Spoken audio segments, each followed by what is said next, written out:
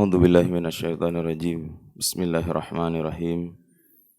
Alhamdulillahilladzi arsala rasulahu bil huda wa dinil haq. Alladzi kulli wa kafa billahi syahida.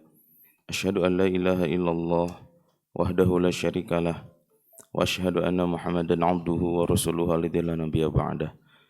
Segala puji hanya milik Allah Subhanahu wa taala, Zat yang maha sempurna, yang menggenggam nyawa kita, yang menggenggam harta kita, yang menggenggam kesehatan yang kita miliki, yang menggenggam siapapun orang-orang yang kita cintai, yang menggenggam hari demi hari setiap tarikan nafas yang Allah Subhanahu wa taala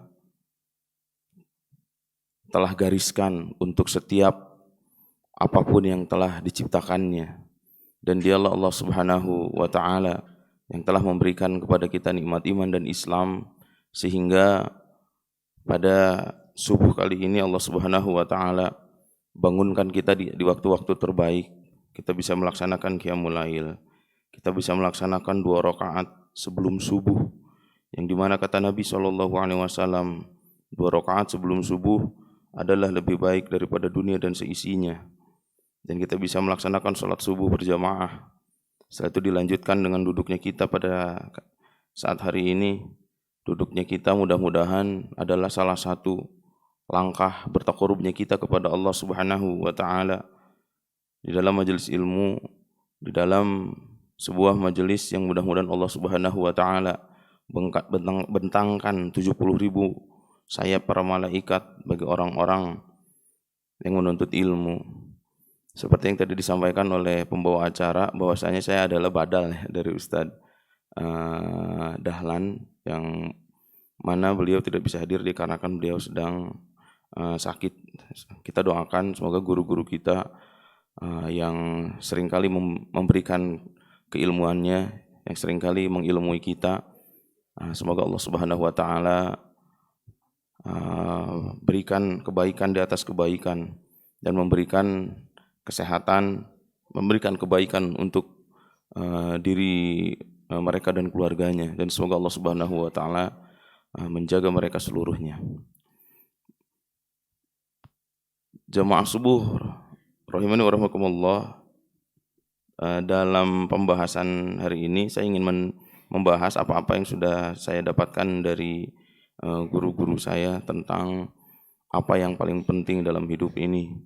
Sebenarnya kalau Ustadz Dahlan itu lagi bahas Kitab Riyadhus Shalihin ya, saya tidak bisa membahas sesuatu yang belum saya pelajari sebelumnya, yang dimana saya belum duduk dalam majelis ilmu bersama para alim ulama tentang membahas suatu perkara. Saya hanya akan membahas tentang apa-apa yang sudah saya pelajari dan sedikit sudah saya amalkan gitu ya, yaitu tentang ini adalah sesuatu yang sangat penting, yaitu ahamiyatus syahadatain. Ahamiyatus syahadatain, pentingnya 2 kalimat syahadat di dalam kehidupan kita, dikarenakan seorang mukmin itu, khususnya kita orang-orang Islam yang berada di Indonesia, itu kita mendapatkan harta terbesar yaitu keimanan itu secara warisan, dan seringkali kita mengabaikan apa-apa yang telah Allah Subhanahu wa taala berikan kepada kita. Kan seringkali kita itu mendengar dari para alim ulama, dari para asatidz, bahwa nikmat terbesar itu adalah nikmat iman dan Islam, di mana nikmat iman dan Islam itu menjadi bahan bakar ketaatan setiap manusia. Nah, disinilah, di dalam kitab inilah kita diajarkan bagaimana kita harus mengetahui 2 kalimat syahadat. Di dalam kitab ini dibahas tentang pentingnya 2 kalimat syahadat, karena ada 4 poin bahwa kalimat syahadat itu menjadi ruhnya agama ini, sehingga seseorang yang ingin masuk Islam, dia harus menyebutkan 2 kalimat yang akan membuat dirinya selamat dari api neraka yang selama-lamanya. Namun perkataannya itu tidak hanya sekedar di lisan. Maka kan seringkali ada seseorang masuk Islam dikarenakan pernikahan. Ada orang masuk Islam dikarenakan supaya proses naturalisasi WNI-nya mudah gitu ya. Nah, ini adalah dikarenakan tidak memahami tentang dua kalimat syahadat. Atau ada juga aliran-aliran tertentu yang mengharuskan pengucapan syahadat ulang. Seandainya kita tidak mengetahui, maka kita akan menganggap hal itu sesuatu yang biasa. Dan ini sangat berbahaya. Apabila kita mengulang kalimat syahadat kita dikarenakan dengan perkara tertentu, maka kita akan suatu saat nanti akan membatalkan dua kalimat syahadat yang sudah difahami oleh orang lain, sehingga bisa mengkafirkan orang lain, dan ini berbahaya. Ya, itu terjadi mungkin kepada aliran sesat ya, NII gitu ya, yang mengharuskan kalau berjamaah bersama mereka harus syahadat ulang. Biasanya hal itu terjadi kepada orang-orang yang baru belajar gitu. Karena apa? Tidak mengetahui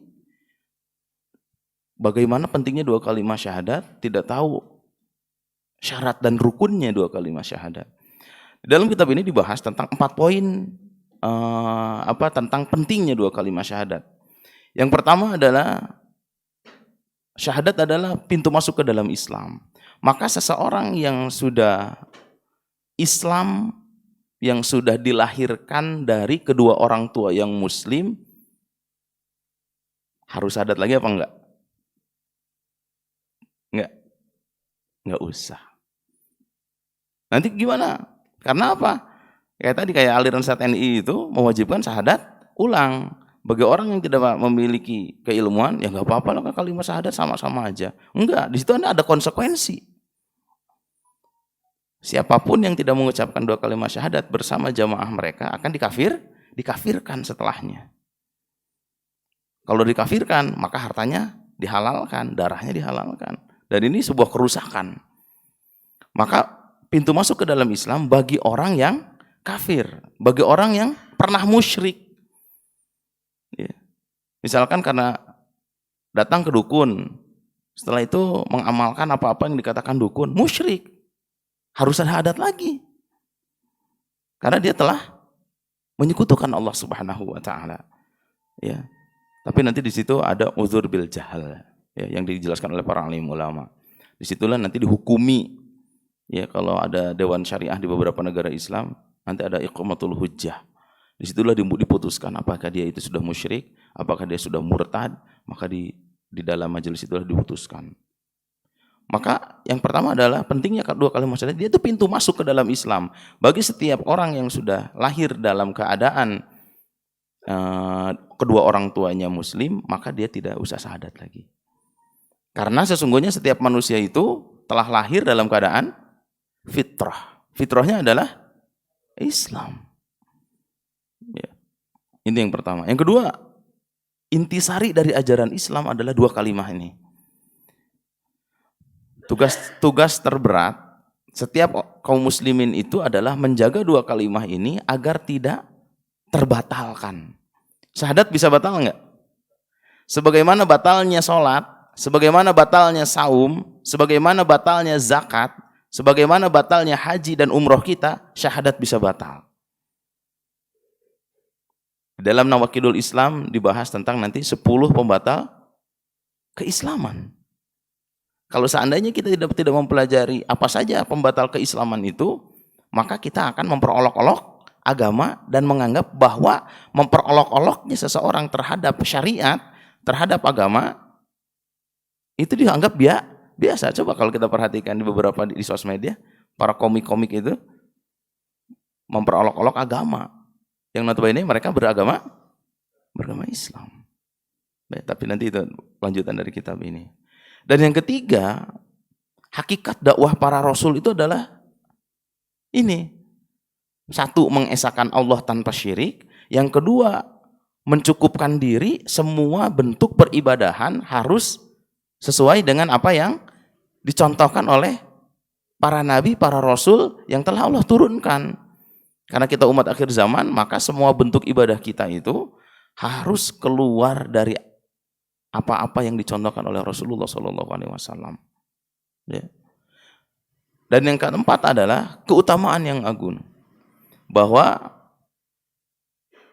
man qala la ilaha illallah dakhala al jannah, Barang siapa yang mengatakan la ilaha illallah dan dia yakin dengan ucapan la ilaha illallah, dia mengilmui dirinya dengan kalimat la ilaha illallah dan dia meninggal membawa kalimat ini, dakhalal jannah. Allah akan memasukkan dia, pasti Allah akan memasukkan dia ke dalam surga. Seandainya zikir kita la ilaha illallah itu tidak diilmui, maka ini bisa menjadi sesuatu yang sangat berbahaya dikarenakan tidak mengetahuinya kita. Nah, di sini jamaah subuh yang Allah Subhanahu wa taala muliakan, bahwa pentingnya kita mengilmui diri kita tentang kalimah yang agung ini. Ya. Pertanyaannya yang paling penting adalah kapankah kita bersyahadat kepada Allah Subhanahu wa taala? Panitia tolong dicatat.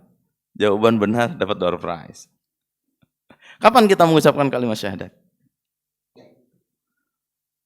Ya. Nanti ada orang menjawab, oh saya setiap sholat kan mengucapkan 2 kalimat syahadat ya. Betul nggak? Berarti muslimnya ketika pada saat sholat dong ya. Padahal tidak ada sholat bagi orang yang tidak bersyahadat. Jadi pertanyaan kapan kita bersyahadat kepada Allah? Kan kita muslim nih ya. Muslim kan? Kapan kita bersyahadat kepada Allah? Ini permainan seperti ini, permainan perkara seperti ini dilakukan oleh 3 aliran sesat di Indonesia. Ya salah satunya tadi ya, N11 ya, NII. Di Al-Latif itu ada 8 halakoh yang alhamdulillah pernah saya bubarkan. Dan itu ditanya gitu, kapan kamu syahadat? Wah, orang baru hijrah digituin ya. Ya juga, kapan saya bersahadat? Karena orang yang sholatnya tanpa, kalau dia belum muslim maka sholatnya nggak sah. Karena syarat sholat itu salah satunya apa? Muslim kan? Nah, kamu jadi muslim kapan bersyahadatnya? Ya. Kita itu sudah bersyahadat. Seluruh manusia itu sudah bersyahadat. Ya, makanya kullu mauludin alal fitrah. Ya, yuladu alal fitrah. Bahwa seluruh manusia yang lahir ke dunia ini sudah bersyahadat. Fitrah. Fitrahnya adalah Islam. Pertanyaannya kapan bersyahadat? Surah Al-A'raf ayat 172. Ya. Inilah tempat bersahadatnya kita. Wa id akhadha rabbuka, a'udzubillahi minasyaitonir rajim, bismillahirrahmanirrahim. Wa id akhadha rabbuka mim bani adam min zuhurihim dzurriyyatahum wa ashhadahum ala anfusihim alastu bi rabbikum qalu bala syahidna an taqulu yaumal qiyamah inna kunna an hadza ghafilin. Dan ingatlah ketika Rabb kalian mengeluarkan keturunan anak Adam dari sulbi mereka dan Allah mengambil syahadat terhadap jiwa mereka. Mengambil persaksian. Nah, nanti para orientalis itu mengatakan berarti kalau persaksian harus ngelihat dong. Kan gitu ya. Kan gitu ya. Iya. Kapan kita bersaksi terhadap Allah Subhanahu wa taala bahwa Allah adalah satu-satunya zat yang berhak disembah? Tempat persaksian kita itu ada di alam ruh. Sehingga ruh itu diperjalankan ke kepada rahim. Dari rahim diperjalankan ke alam dunia. Lahirnya manusia di dunia, dia sudah membawa persaksian ini. Maka tugas kita ketika sudah ada di dunia yaitu adalah memantapkan syahadat yang pernah kita lakukan di alam ruh. Mengilmui diri tentang kalimat tauhid. Makanya Nabi SAW selama 13 tahun apa yang dipelajari oleh para sahabat? Tauhid. Bagaimana mengesahkan Allah? Karena sebanyak apapun ibadah kita, kalau tauhidnya rusak, dapat poin nggak dari sisi Allah? Tidak. Ya. Ada syirik, semua amalan terhapus. Ada syirik yang kecil, ada riya, ada ujub, ada sum'ah, itu nggak jadi apa-apa. Salat kita, sujud kita nggak jadi apa-apa. Saum kita nggak jadi apa-apa. Dan itu dibahasnya dari akarnya, yaitu tauhid. Mengesahkan Allah Subhanahu wa taala. Yaitu asyhadu alla ilaha illallah. Ya. Maka zikirnya la ilaha illallah kalau seandainya tidak diilmui, maka dia tidak membawa si pengucapnya kepada kebaikan. Padahal apa? Kalimat la ilaha illallah itu seandainya ditimbang dengan bumi dan seisinya, tidak akan pernah sama bumi dan seisinya itu dengan keagungan kalimat syahadat atau kalimat la ilaha illallah. Ini sama ya, ini dalil yang lain surah An-Nahl ayat 36. Kita lewat ya. Nah, lalu kandungan kalimat syahadat itu mengandung berapa poin penting? Syahadat itu mengandung 3 poin penting. Saudara kami Allah Subhanahu wa taala. Yang pertama ikrar, yang kedua ada al-qasam, yang ketiga adalah al-mitsaq. Ikrar apa-apa yang sudah disebutkan, ya, sumpah, dan mitsaq itu adalah perjanjian. Bahwa al-imanu tasdiqu bil qalbi. Hati membenarkan, lisan mengucapkan, amal perbuatan siap melakukan. Makanya saya pernah waktu di Pemuda Hijrah itu di TSM ada sekelompok orang Jepang gitu. Di antara mereka ada perempuan pakai celana pendek mau masuk ke masjid, dikiranya itu masih bagian dari mall. Jadi tahan, Anda nggak bisa masuk ke sini karena ini adalah masjid, kita lagi ngaji gitu. Sampai pada akhirnya nggak tahu kakaknya, nggak tahu suaminya, lewat si guide-nya bilang gitu, boleh nggak saya masuk?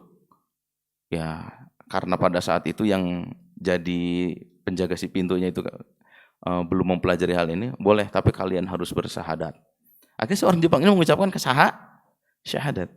Gimana saya mau masuk ke masjid ini? Ucapkan kalimat ini, asyhadu la ilaha illallah, udah sebut ya, asyhadu alla ilaha illallah. Udah, tiketnya itu doang kata dia. Iya, kamu boleh masuk katanya. Akhirnya di situ terjadilah 2 pendapat. Si orang Jepang itu udah masuk Islam apa enggak? Kayak gitu ya. Ya kan dia udah kalimatkan syahadat. Betul enggak? Syahadat diterima dari orang kafir, syahadat diterima dari orang yang musyrik kalau memenuhi 3 hal ini. 1, hatinya membenarkan satu-satunya zat yang berhak disembah hanya Allah. Dan dia beribadah dengan contoh Rasulullah yang telah Allah turunkan. Hatinya udah membenarkan. Kalau hati tidak membenarkan, kalau akalnya tidak terilmui, tidak yakin dengan hati yang sudah tertanya ya, dengan keyakinannya, lisannya sudah mengucapkan dan amal perbuatannya siap melakukan, maka apa yang terjadi? Dia saudara sesama muslim kita. Hartanya terjaga, darahnya terjaga, kehormatannya terjaga. Ya. Kalau ada seseorang, dia ahlul kiblat, dia itu mengucapkan 2 kalimat syahadat, hatinya yakin, lisannya basah dengan zikir kepada Allah, dan dia pun tunduk kepada Allah, dia adalah saudara kita. Kalau beda sedikit masalah fikih, biasa. Perbedaan masalah fikih itu udah selesai 1400 tahun yang lalu. Di zaman Nabi ada perbedaan enggak? Ada. Para ulama terdahulu, Imam Malik, Imam Syafi'i, ada perbedaan enggak? Ada perbedaan, biasa aja. Maka hal itu sudah selesai. Gitu. Maka bahwa 2 kalimat syahadat ini mengandung ikrar, sumpah, dan perjanjian kita kepada Allah Subhanahu wa taala. Seandainya kita tidak mempelajari ini, si ikrar, sumpah, dan perjanjian ini, apa yang terjadi? Kita akan menganggap biasa dengan kalimat yang sangat tinggi ini. Kan cita-cita terbesar kita apa? Selain mati syahid. Segera kan? Cita-cita terbesar kita apa kalau husnul khotimah? Mengucapkan 2 kalimat ini ketika wafat. Bisa nggak kalau cuma dihafalkan? Tidak. Hatinya yakin, lisannya basah dengan kalimat ini, la ilaha illallah wahdahu la syarikalah, lahul mulku wa lahul hamdu wa huwa ala kulli syai'in qadir. Coba kita ilmu ini. Ini kalimat la ilaha illallah ini. Yang ketiga apa? Membenarkan dengan anggota tubuh kita. Salat kita ini rutinitas atau bukti dari implementasi syahadat kita? Jangan-jangan salat kita cuma rutinitas dong. Kalau misalkan salat bukan karena implementasi dari syahadat, nanti memang powernya beda. Tapi salatnya sah apa enggak? Ya sah. Ya, syaratnya terpenuhi, rukunnya terpenuhi, salatnya sah. Saum, datangnya bulan Ramadan, kalau hanya rutinitas, maka powernya beda. Apa-apa yang kita hadirkan di sisi Allah nanti beda. Makanya kaidah keimanan itu adalah tasdiqu bil jinan wa qaulu bil lisan wa amalu bil arkan. Kaidah iman itu satu, hatinya harus membenarkan dulu. Kalau hati masih ragu kepada syariat Islam, berarti itu PR-nya. Saya nggak yakin syariat Islam bisa menaungi negara Indonesia karena tidak belajar sejarah. Bagaimana syariat Islam menaungi dunia selama 800 tahun. 800 tahun. Di mana Andalusia pada saat itu tidak mengenal peradaban. Jalan itu di hot mic di Andalusia itu. Tapi mereka belajar tentang toharoh enggak? Tidak. Maka najis, buang air besar, buang air kecil, mereka itu dibuang di jalan. Setelah Islam masuk, barulah hal itu tidak terjadi.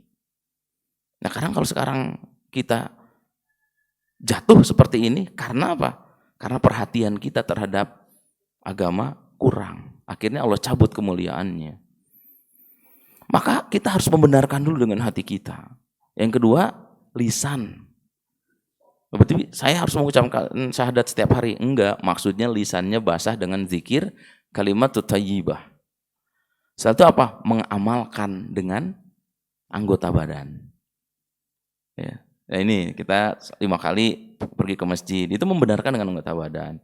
Duduknya kita dalam majelis ilmu, kita meluangkan diri untuk mempelajari kitab-kitab para alim ulama, itu dalam rangka membenarkan dengan anggota badan kita. Karena apa? Buah dari memahami syahadat yang benar adalah istiqomah. Dan istiqomah itu sifatnya 3. Kalau orang udah istiqomah, dia pasti punya sifat berani, tenang, dan optimis. Wah, kayaknya saya nggak bisa nih kalau kayak gini. Wah, itu udah pesimis duluan ya. Ya karena iya, kalau pesimis itu biasanya karena apa coba? Karena nggak yakin kepada Allah yang akan mempermudah seluruhnya. Lisannya lebih banyak berbicara tentang kebesaran Allah atau kebesaran makhluk. Iya, kan mungkin Abah tahu lah. Kalau kita di jamaah tabligh apa ya? Bagaimana membicarakan kebesaran Allah sehari 2,5 jam gitu. Itu metode itu keren. Karena apa? Jadi nge-mindset bahwa bahwa Allah Subhanahu wa taala yang segalanya gitu. Karena apa? Kalau misalkan hatinya udah membenarkan, lisannya sering mengagungkan Allah Subhanahu wa taala, nanti dalam implementasi kehidupannya lebih mudah. Ya, lebih mudah. Maknanya bahwa di sini ada kalimat la ilaha illallah, asyhadu alla ilaha illallah. Ilah itu apa? Karena dalam kitab ini dijelaskan bahwa makna al-ilah. Makna al-ilah itu ada 4 juga. 1, sakana ilaihi. Yaitu apa? Merasa tenang kepadanya. Ada nggak di sini kalau sholat bawaannya nggak tenang? Pengen buru-buru beres gitu. Ya, pengen buru-buru keluar gitu ya. Wah. Itu biasa penyakitnya saya sama Abah. Ya, udah tahiyat itu udah warning, pengen ke toilet. Yang kedua apa? Istijarah bihi, berlindung kepadanya. Yang ketiga, istaqa ilaihi, selalu merindukannya. Dan yang terakhir adalah wali'a bihi, yang paling tinggi ini, mencintainya. Maka kalau kita merasa tenang itu kepada perusahaan yang sudah aman, merasa tenang kepada organisasi yang sudah besar, merasa tenang kepada backing kita, maka dia itu berpotensi menjadi ilah. Dan dia akan menggeser ilah yang sebenarnya. Kalau merasa tenangnya bukan kepada Allah, berlindungnya bukan kepada Allah, selalu rindunya bukan kepada Allah, dan cinta tertingginya bukan karena Allah. Ya. Pernah nggak gitu? Ya. Wah, tenanglah, ada saudara ayah saya di Polda, santai aja. Itu sebenarnya sudah berpotensi menggeser ilah yang sebenarnya. Maka ilah kita tuh siapa? Ya. Kalau kita sudah bersyahadat ilah kita itu adalah Allah Subhanahu wa taala, maka sumber ketenangan kita adalah Allah. Dan kita akan berlindung kepada, dan yang selalu kita rindukan Allah. Makanya para sahabat itu bahwa sesungguhnya bahwa dari satu sholat ke waktu sholat yang lainnya itu ada waktu kosong. Waktu kosongnya diisi dengan aktivitas jualan, aktivitas bekerja, aktivitas belajar. Ya. Maka waktu intinya itu adalah pada saat dia sujud kepada Allah. Ya. Ini saudara Allah Subhanahu wa taala. Ini ininya ya, yang diharapkan, yang ditakuti, yang diikuti, yang dicintai. Inilah yang akhirnya ya, yang 4 sifat ini yang dilewati oleh seluruh ulama di seluruh peradaban Islam.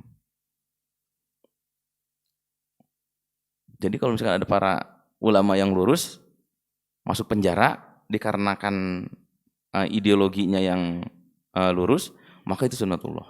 Berarti dakwahnya benar. Perkataan alim ulama apa coba? Kalau kalian ingin tahu siapakah ulama yang lurus, perhatikan senjata musuh ditujukan kepada siapa. Dia ulama yang lurus. Imam Ahmad bin Hambal bertentangan dengan khalifah pada saat itu. Masuk penjara atau dapat tunjangan dari pemerintah? Masuk penjara. Di zamannya ada Imam Ahmad ibnu Hambal, ada Imam Ahmad bin Abi Duat. Imam Ahmad bin Abi Duat menjilat kepada khalifah pada saat itu. Apapun yang dikatakan pemerintah, benar. Dapat apa? 1 bulan dapat 30.000 dinar. 1 dinar sekarang berapa? Iya, 4 juta, 3.800.000 ya. Ya, hampir 4 juta kalau sekarang. Berarti 1 bulan gajinya 120 miliar. Imam Ahmad bin Hambal disiksa di penjara selama 8 tahun. Apakah cuma nama Imam Ahmad bin Hambal? Tidak. Maka yang diharapkannya siapa? Yang ditakutinya siapa? Kalau kita yang kita takuti sekarang siapa? Misalnya kita berbicara yang benar, tiba-tiba diintimidasi gitu ya.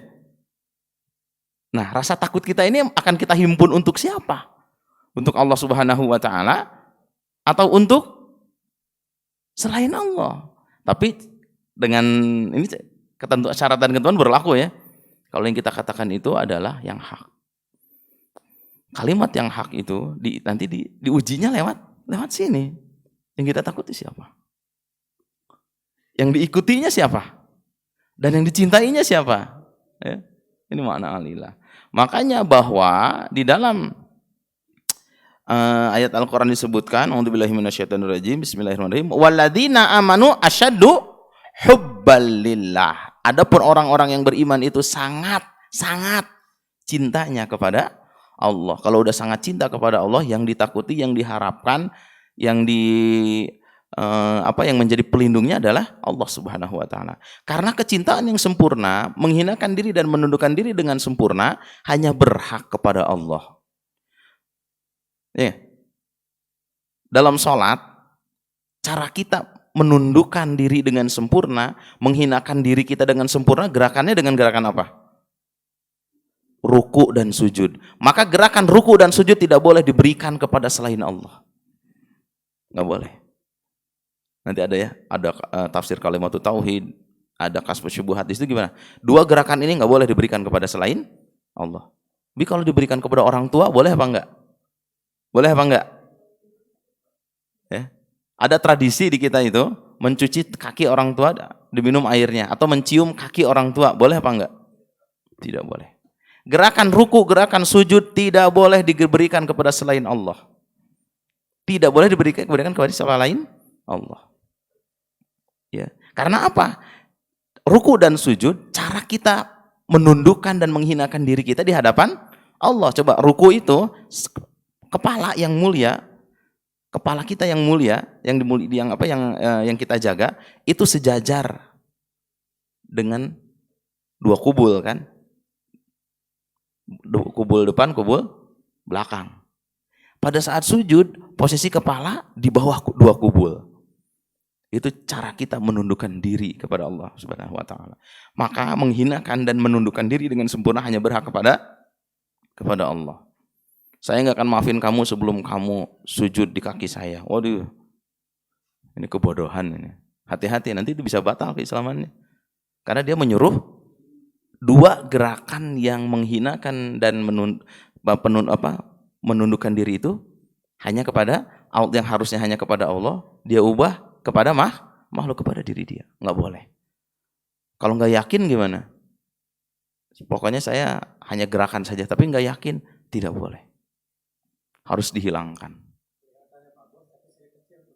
Betul, syirik kecil, Pak. Luar biasa. Karena apa? Dua hak itu hanya berhak kepada Allah. Kalau sungkem, ya, salam cium tangan, maka itu boleh. Ke orang tua cium tangan. Ke ulama boleh nggak cium tangan? Boleh. Yang nggak boleh itu ghulu.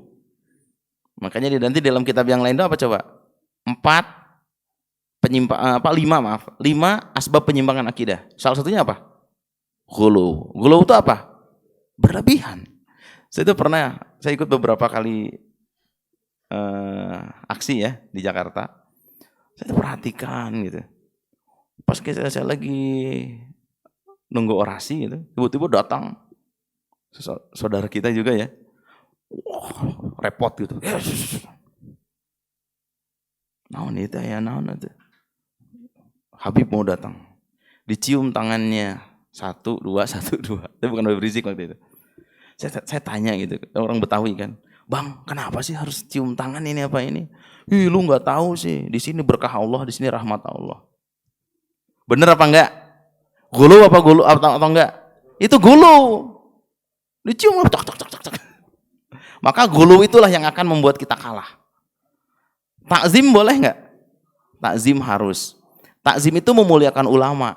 Ya sebatas wajar aja. Tapi kalau misalkan udah gulu, itu asbab penyimpangan akidah. Kalau sudah gulu, apapun yang dikatakan oleh dia pasti benar dan pasti akan taklidnya buta. Ya. Ya enggak? Kalau udah taklid buta gimana? Kalau udah taklidnya buta, ya udah repot lah. Itulah yang terjadi kepada orang-orang jahiliyah di Mekah. Gulu, maka nggak boleh gulu. Ya, gitu ya. Sadaqallahu subhanahu wa ta'ala. Makanya la ilaha illallah, ya. Yang pertama di ucapan la ilaha illallah ini adalah yang pertama apa? An-nafyu atau an-nafi. Kata penolak? La, tidak. Kata penolakan? Ilaha, kata yang ditolak. Illa, ini al-itsbat, kata pengukuhan. Dan yang terakhir, musbitnya yang dikukuhkannya adalah Allah. La ilaha illallah. Orang ateis yang nggak percaya Tuhan, itu satu perkara, satu sayap udah bener. Karena sudah menolak ilah. Cuman nggak ada pengukuhan kepada Allah. La ilah. Ditolak semuanya. Ya, yang berhak, bukan yang berhak, yang berpotensi jadi ilah seluruhnya ditolak. La ilaha illallah. Maka ilallah ininya lah yang akhirnya membuat semua ibadah kita jadi pahala. Salat subuh kita bisa hilang tanpa pahala kalau seandainya nggak ada pemaknaan ini. Ya. Nah, makanya kan dua kalimat ini ya. La ilaha illallah Muhammadur Rasulullah. Kenapa ada kata-kata, kan di dalam dua kalimat syahadat itu syahadat la ilaha illallah sama syahadat Muhammadur Rasulullah. Karena apa coba? Ibadah itu syaratnya dari dua kalimat syahadat ini. 1, yakin bahwa Allah yang akan memberikan pahala. Allah yang kita tuju gitu. Maksudnya apa? Ikhlas. Dalam ibadah syarat yang pertama apa? Harus ikhlas. Jadi pahala apa enggak? Jadi pahala. Tapi ini baru satu syarat. Ada syarat yang kedua. Syarat yang kedua apa? Iya. Muttaba'atur Rasul. Ittiba' kepada Rasulullah. Syarat yang kedua, ittiba' kepada Rasulullah, inilah yang sering akhirnya kita lupakan. Kamu kenapa seperti itu? Ini kan bagus, ini kan baik. Kan gitu ya. Justru ibadah itu nggak jadi baik kalau nggak keluar dari contoh Nabi SAW. Kalau Nabi sudah mencontohkan, para alim ulama menjelaskan bahwa caranya seperti itu, maka itu jadi ibadah. Ittiba kepada Rasulullah, tapi nggak ikhlas. Jadi pahala nggak? Enggak. Makanya dua kalimat syahadat harus difahami. Kenapa? Ada wa asyhadu anna Muhammadur Rasulullah. Karena penting merasa cukup dengan apa yang Nabi contohkan. Kita merasa cukup nggak dengan apa yang Nabi contohkan? Oh enggak, kata saya ini keren juga sih, ini bagus juga. Berarti dia tidak merasa cukup dengan apa yang Nabi contohkan. Kalau tidak merasa cukup dengan apa yang sudah Nabi contohkan, itu pengkhianatan. Beliau kata siapa? Ya udah, di dunia kita hanya bisa mengingatkan, ya nanti tunggu di akhirat saja. Ya. Di akhirat baru nanti akan ditimbang. Jadi di dunia itu kita hanya bisa saling mengingatkan, saling mendoakan. Ya.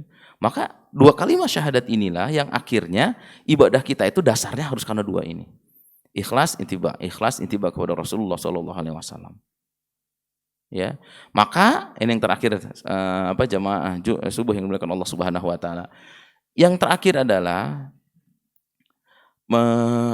syarat-syarat diterimanya syahadat.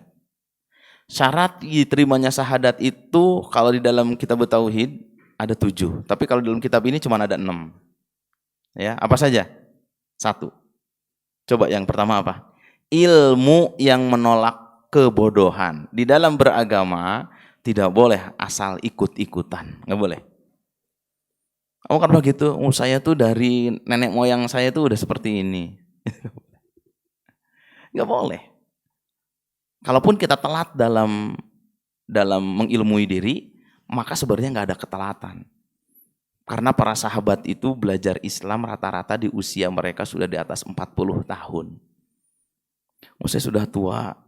Seringkali kita mendowngrade diri kita. Nabi itu memulai peperangan di usia 53 tahun. Jadi nabinya 40 tahun. Maka bagi kita tidak ada kata terlambat untuk belajar. Cara belajar ada 3. 1 membaca, 2 mendengar, 3 bertanya. Saya lemah membaca, berarti harus sering dengar, sering nanya. Saya kalau nanya tuh malu, berarti harus sering baca, sering dengar. Di era kita sekarang, itu ilmu dibuka luar biasa. Dibuka luar biasa. Maka kitanya yang harus aktif belajar. Ya. Makanya saya sangat berterima kasih itu sama Pak Bagus ya. Saya itu pertama kali dimotivasi kan sama Pak Bagus. Ayo, ini kapan lagi kita latihan? Medan aslinya kan ada di sini, betul nggak? Terus itu, wah ngapain? Dulu saya ngapain juga. Maksudnya, oh iya, ternyata oh iya. Cara apa? Termotivasinya kan di situ. Sekarang di kita di masa kepemimpinan Pak Bagus kan dihadirkan belajar bahasa Arab ya, sama Ustaz Ja'far. Dan itu berlanjut sampai sekarang. Maka itu cara kita mengilmui diri kita. Kenapa kita harus belajar bahasa Arab? Ya karena itu ruh dari ilmunya kaum muslimin itu ada di dalam kitab-kitab yang kita pelajari, dan kitab itu berbahasa Arab, maka kita belajar bahasa Arab. Maka lancarnya kita dalam mempelajari hal itu, ya, itu bukan jadi tolak ukur kesuksesannya. Yang jadi tolak ukur kesuksesannya, apakah kita sudah melewati sunatullah yang benar atau belum. Maka 1 ilmu, maka buah dari semua itu adalah ilmu. Perkataan dan perbuatan tidak akan mendekati kebaikan kalau dasarnya bukan ilmu. Apalagi ecek cenah. Waduh, ini masalah akhirat ecek cenah itu saya sangat takut itu. Kan iya. Nggak boleh Pak gitu. Kan gitu ya. Katanya kan gitu ya. Nggak boleh katanya. Ya makanya harus ilmu. Makanya kalau saya dapat warisan kebiasaan dari orang tua itu, kalau penasaran harus nanya. Ya. Maka cara komunikasi kita itu ya adalah dengan ya open bar gitu. Ya saya penasaran nih. Saya sering mengejar ustadz para ulama itu untuk bertanya gitu. Ini kenapa sih gini? Ini kenapa sih gini? Kenapa sih gini? Ini dalilnya ada, oh ya dalilnya seperti itu. Tapi kenapa dalilnya berbeda? Oh, itu juga boleh, nggak jadi masalah. Oh, ternyata ini boleh, dalilnya ada. Ya udah kalau dalilnya ada, santai. Ini kalau dalilnya nggak ada, tapi kekeh ya udah, doain aja. Ya. Tapi wajibnya kita apa? Mengilmui diri. Ilmu yang menolak kebodohan. Maka kebodohan tidak akan hilang kalau seandainya tidak ada ilmu. Ya. Malam Jumat, hari Ahad, itu cara kita mengilmui diri. Ya. Yang kedua apa? Kalau sudah asbab dari ilmu timbulnya ya yakin. Mungkinkah keyakinan itu timbul dari zon, dari prasangka? Nggak mungkin ya, Pak. Tapi kalau ditanya misalkan gini, kita sholat bisa udah berpuluh-puluh tahun, kenapa kamu sholat mengangkat kedua tangan? Kenapa kamu bersedekap? Ilmunya ada apa enggak? Ada, itu udah Nabi contohkan. Jadi kalau misalkan, kok dia sholatnya gitu, oh berarti ini hadisnya yang ini. Betul nggak? Ada berapa hadis tentang takbir? Ya. Oh di sini belum ada kitabnya. Nanti kita perbaharui kitab-kitabnya ya. Menyimpan kedua tangan. Ada yang di dada, ada yang di ulu hati, ada yang perut ya. Kalau kita, ternyata dalam perbedaan itu biasa. Emang kalau ada dalilnya yang nggak jadi masalah. Tapi kan kalau udah kita baca dalilnya, kita pahami, melakukan sesuatu yakin apa enggak? Kita mau berjuang nih. Rules-nya kayak gini. Oh iya, kalau udah dibuka semuanya, jelas apa enggak? Jelas. Kalau udah jelas yakin apa enggak, Pak? Yakin. Kayak gini, saya ngajak Mas John gitu. Mas John kita jalan yuk. Jalan kemana? Alah, udahlah jalan aja. Itu di perjalanan kita benar-benar GJ tuh. Mau ngapain? Betul nggak? Coba kalau misalnya Mas John kita ke Jakarta 3 hari bawa duit 200.000. Yakin apa enggak? Ini kan karena ada ilmunya kan? Ya Pak. Pak Didi, kita ke Bogor 3 hari bawa duit 200.000. Di sana nanti kita mau beli ini. Karena sudah terilmu, dia tahu ke Bogor ongkosnya 50.000, bolak-balik 100.000, beli oleh-oleh 50.000, buat jajan di sana 50.000, 200.000. Oke. Itu dalam safarnya kita enak apa enggak? Enak, karena udah yakin, udah relnya udah dibikin gitu. Nah, tuh kalau modal nekat, dia kemana? Ke Jakarta yuk. Lu punya duit nggak? Alah, udah jalan kaki aja. Ya kalau dia yakin dengan kakinya kuat, nggak jadi masalah. Ya tapi kalau misalkan nggak pernah olahraga, kakinya masih gontai, ini mau jalan ke Jakarta, dijamin nggak akan nyampe. Maka penting sebelum bergerak harus punya ilmunya dulu. Ilmu berbuah keyakinan. Karena apa? Kalau udah yakin menolak keraguan. Maka syahadat pun juga sama. Jangan-jangan kita zikir la ilaha illallahnya ribuan kali, tapi masih ragu dengan nilai-nilai keislaman yang pernah menaungi dunia selama 800 tahun. Oh, tapi saya masih ragu. Ya udah, kalau saya dapat dari guru saya, Ustaz Budi Asari itu, ya udah, kalau masih ragu belajar lagi. Ya. Yang ketiga apa? Ini ikhlas yang menolak kemusyrikan. Seseorang kalau sudah karena dasarnya ilmu, dia sudah yakin, maka buahnya adalah ikhlas. Karena apa? Dia tahu ini amal soleh harus berujung kemana. Dia tahu kalau melakukan sebuah program kebaikan, program dakwah, ini ujungnya harus karena Allah Subhanahu wa taala. Ikhlas itu apa sih artinya ikhlas? Apa arti dari ikhlas? Murni. Oh, John. Maaf, bukan Mas John, John Adi, Mas John. Ini enggak sopan kata Mas John. Ini aja. Adi itu sebutnya John, Mas John kalau di halal. Ini kan air nih. Ini air baru nih ya. Murni gitu.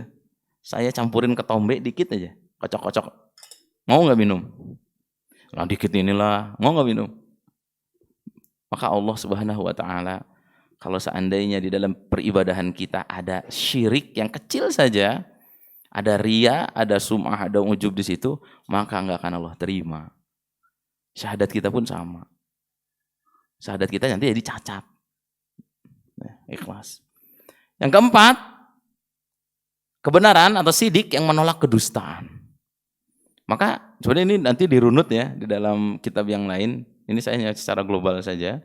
Maka apa coba? Kalau sudah ikhlas, maka timbullah kebenaran yang pada saat itu kebenaran itu emang udah kita yakini. Ya. Ada yang ragu dengan sholatnya? Atau sholatnya terasa hampa? Atau sholatnya cuman gerakan unggul.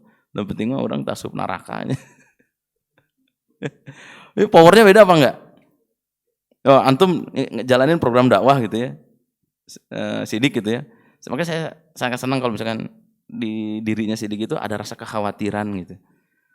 Duh, saya khawatir, saya punya teman gini, dia masih minum khamar, dia belum sholat, dia berapa. Nah itu kalau misalkan